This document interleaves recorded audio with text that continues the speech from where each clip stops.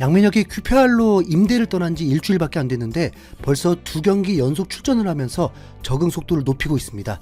임대 후에 3일 만에 밀월과의 원정 경기에서 교체 투입으로 13분 정도를 뛰었었죠. 당시에 교체 투입 2분 만에 슈퍼 슈팅을 보여주면서 K리그 영플레이어상을 수상한 선수가 어느 정도인지를 제대로 보여주었습니다. 그리고 이제 한국 시간 수요일 새벽에 또 리그 경기가 치러졌습니다. 홈에서 블랙번을 상대했는데 블랙번은 리그 5위에 위치해 있습니다. QPR이 20위에 처져 있는 만큼 강팀을 상대하는 거라고 봐야죠. 이 경기에서 양민혁은 또 서브 명단에 있었고 언제 어떤 상황에서 교체 출전을 하게 될지만 중요할 뿐이었습니다. 양민혁은 QPR로 입단할 때부터 강조했던 것이 최대한 많은 경기를 출전하고 싶다. 난 뛸 준비가 되어 있다고 했습니다. 이 말에 뭔가 좀 가시가 느껴지죠. 기회조차 주지 않고 구경만 시킨 NG 감독을 향한 말 같지 않습니까? 그리고 임대를 갔는데 그것마저도 양민혁을 벤치에만 있게 한다면 그건 정말 이적 실패나 다름없습니다. 나이와 상관없이 선수가 경기를 출전해서 경험을 쌓아야 실력도 올라가고 배울 수 있는 거니까요. 양민혁의 밀월과의 첫 번째 경기 후에 수석 코치는 양민혁은 무조건 잘할 것이라고 확신하기도 했습니다. 그렇다면 언제든 주전으로 선발 라인업에 올라도 이상할 게 없겠죠. 어쩌면 양민혁의 숙제는 기량보다 체력일 것입니다. K리그보다 수준이 높은 것은 더 스피드하고 힘있는 선수들이 합법적 충돌을 하기 때문에 그때마다 체력 소진이 더 커집니다. 왜 레슬링 유도가 시간이 매우 짧은 줄 아시죠? 몸으로 부딪히면서 상대 체중의 그 힘까지를 견디고 충돌해야 하다 보니까 급격한 체력 소모가 됩니다. 비수마가 골대 앞에서 했던 그 거구들 사이에서 버틴 것이 얼마나 힘든 건데요. 그냥 볼을 잡고 뛰고 슈팅하는 것보다 충돌을 했을 때 부딪혔을 때 에너지 소모가 더 크고 데미지도 큽니다. 양민혁은 이 부분을 적응을 해야 합니다. 그냥 충돌해서 넘어졌다가 아니라 충돌해서 넘어지는 것으로 체력 소모가 심해진다는 거죠. 그럼 양민혁은 그래서 안 된다? 아니, 그럴 리 없죠. 피지컬이 좋지 않아도 활약하는 선수는 얼마든지 있습니다. 우리 이강인도 양민혁과 비슷한 체격이고 파리 생제르맹이란 빅클럽에서 비티냐와 네베스는 양민혁과 비슷한 체격인데도 핵심 미드필더로 활약하는 선수입니다. 양민혁에게 필요한 건 적응일 뿐이라는 거죠. 이제 입학하지도 않은 예비 대학생 나이입니다. QPR은 전반에 선제골이 터지면서 앞서 나가게 되었습니다. 상황에 따라서 양민혁의 역할은 달라지게 됩니다. 이렇게 앞서 나가면 공격에 강점이 있는 양민혁의 역할이 조금은 덜해지고 잠그기 위한 작전으로 바뀔 수도 있습니다. 팀이 이기고 있는 게 좋으냐 아니면 골이 필요한 상황이 오는 게 좋으냐, 여러분이라면요. 네. 후반에 블랙번은 이른 시간에 페널티킥을 얻어내면서 동점골을 넣고 원점이 되어버렸습니다. QPR은 자칫 3경기 연속 무승으로 20위권을 유지할 수 있는 위기 상황이었습니다. 그러자 후반 20분에 전격 양민혁을 투입을 합니다. 선발 출전해 있던 부진하고 있는 사이토와 바꾸는 거 아닐까 싶었는데 양민혁은 이번에도 오른쪽 윙어로서 스미스와 교체가 되었습니다. 폴 스미스는 27살의 북아일랜드 출신의 윙어로서 양민혁과 비슷한 체격인데 이 친구가 윙어로서의 활약이 또 미비하면서 QPR 공격도 제대로 이루어지지 않고 있었습니다.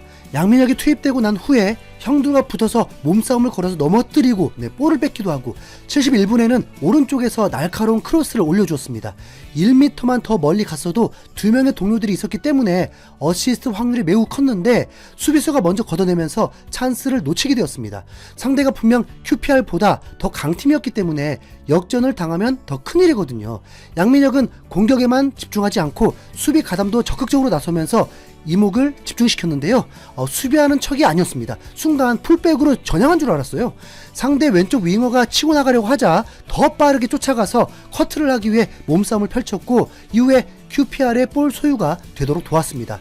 후반 투입이라서 아무리 에너지가 넘친다고 하지만 양민혁의 경기력 자체가 팀의 활력을 불어넣고 있다는 것은 확실해 보였습니다. 75분에는 중앙으로 몰고 가서 볼을 주고받으려고 했는데 동료 선수가 비어있는 양민혁에게 패스하지 않고 볼을 소유만 하다가 타이밍을 놓치게 됐습니다. 그 동료 선수 뭐 셉셉인가요? 네. 그리고 이어서 QPR의 역전골이 터지게 됩니다. 양민혁은 박스 중앙까지 들어가 있었습니다. 약 30m 거리에서 크로스가 휘어 들어왔는데 아웃일 줄 알았던 볼이 동료에게 전달이 되었고 바로 헤딩으로 문전으로 보내주면서 양민혁이 슈팅을 하기 위해 달려들었는데 상대 수비수가 과격하게 달려들면서 양민혁을 쓰러뜨렸습니다. 몸싸움 같아 보이지만 오른발로 발을 걸으면서 넘어뜨렸습니다. 주심은 곧바로 페널티킥을 불기보다 어드밴테이지를 주었고 이어서 세컨볼이 흘러나온 걸 동료 선수가 강력한 슈팅으로 골망을 가르면서 다시 역전을 하게 되었습니다. 와, 양민혁의 적극적인 움직임에 기회가 온 것입니다. 이건 뭐 최소한 기점이죠. 네, 그리고 골이 되지 않았어도 페널티킥 확률이 매우 높았습니다. 어쩌면 골이 된 게 아쉽다고 해야 하나? 네, 양민혁의 활약이 더 돋보일 수도 있는 거니까요. 네, 죄송합니다. 발은 안으로 굽더라고요. 양민혁은 수비에도 적극적으로 가담하면서 최종 팀 승리를 도왔고 경기 후에 감독과도 뜨거운 포옹을 하면서 어색해 보이기도 하지만 유럽 무대 도전이 순조로워 보였습니다. 이날 축구 통계 매체 푸모에 따르면 양민혁은 24분간 출전해서 패스 성공률 90%, 터치 13회, 리커버리 1회, 경합 성공 1회, 옵사이드 1회 등을 기록했습니다. 이런 활약을 하는 선수를 엔지 감독은 아예 외면을 해버렸죠. 오히려 뮌헨의 유망주 마티스테를 무려 연봉이 150억이 되는 걸 보존해주기로 하고 영입을 했습니다. 물론 시즌 마치고 이적 여부는 테리 결정하기로 또 되어 있대요. 그러면 임대료니까 당장의 이적료는 들지 않고 월급만 12억 정도 되는 건데 4개월 월급 50억을 쓰면서 토트넘의 공격력을 더하려고 했던 겁니다. 그럼 테리 양민혁보다 진짜 한 살 많은데 그렇게까지 대단한 선수냐? 아니 저 진짜 그거 모르겠다니까요. 네. 왜 그런 고평가가 되는 선수인지는 제가 모르겠습니다. 베르너도 고평가, 존슨도 고평가, 히샬리송도 고평가, 다 고평가야. 네. 근데 양민혁 저평가, 손흥민 저평가. 네, 진짜 환장할 일 아닙니까? 우선 일이 이렇게 됐으니까 양민혁이 출전 기회를 확실히 받으면서 경험을 쌓는 것도 분명 중요합니다. QPR은 블랙번을 상대로 승리하면서 13위까지 올랐는데 6위 웨스트브롬과 3점 차이입니다. 그런데 이 6위 3점 차가 매우 중요합니다.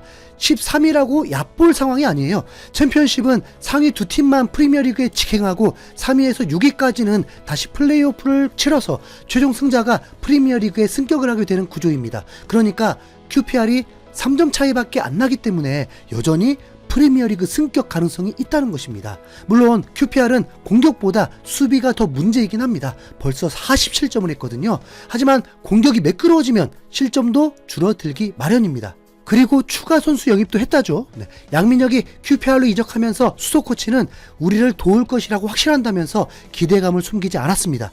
이제 다음 경기는 선발 출전도 기대해 볼 수 있는데 솔직히 개인적으로도 체력이 신경 쓰여서 교체 출전을 은근히 바라기도 합니다. 네. 아무튼 선발 출전하면 양민혁이 그만큼 인정받는다는 거죠. 네. 지금부터 일주일 후에 경기가 있습니다. QPR은 이미 FA컵을 탈락했기 때문에 주말에 경기가 없고 주중에 32라운드 코벤트리와의 리그 경기가 있습니다. 코벤트리는 현재 램파드 감독이 맡고 있고 최근 성적이 나쁘지 않으면서 QPR과 승점이 같은 상황입니다. 토트넘이 힘들게 이겼던 그 코벤트리 맞습니다. 양민혁의 활약을 응원합니다. 이상 희수연구리였습니다. 감사합니다.